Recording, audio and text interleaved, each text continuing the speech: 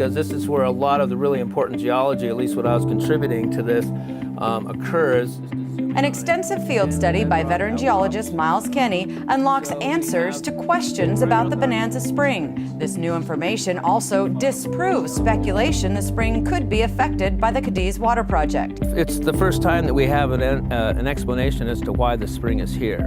And we've also found evidence that the spring has been here for hundreds of thousands of years.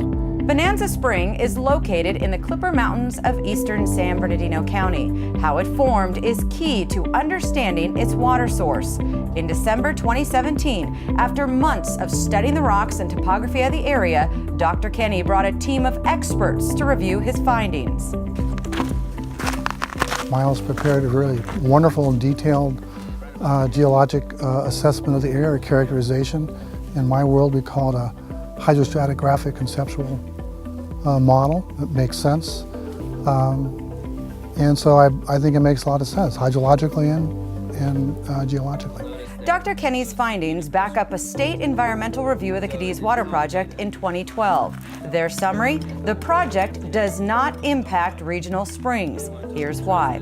Under the Cadiz project, groundwater will be captured in the dry lakes. The spring is not affected because of its distance, more than 11 miles away, and its elevation, more than 1,000 feet higher.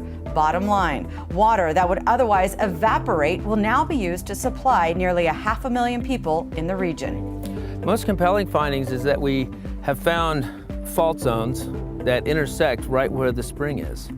And fault zones are well known to be groundwater barriers, and we found that to be the case here. When Miles did, he built a conceptual model that showed that there was geologic interference with that it could not happen.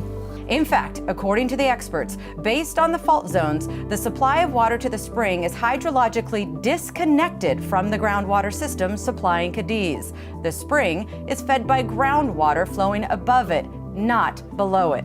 They made a lot of effort to dig a tunnel here at an elevation 30 feet above the current elevation of the spring, which would suggest to me that historically the spring was at a much higher elevation. So what we're seeing is essentially 30 feet of fluctuation. So the natural changes in recharge effects over the last century have had a much more dramatic effect on the location of the spring than any projected pumping from the Cadiz project would likely have. And for more information, visit CadizInc.com.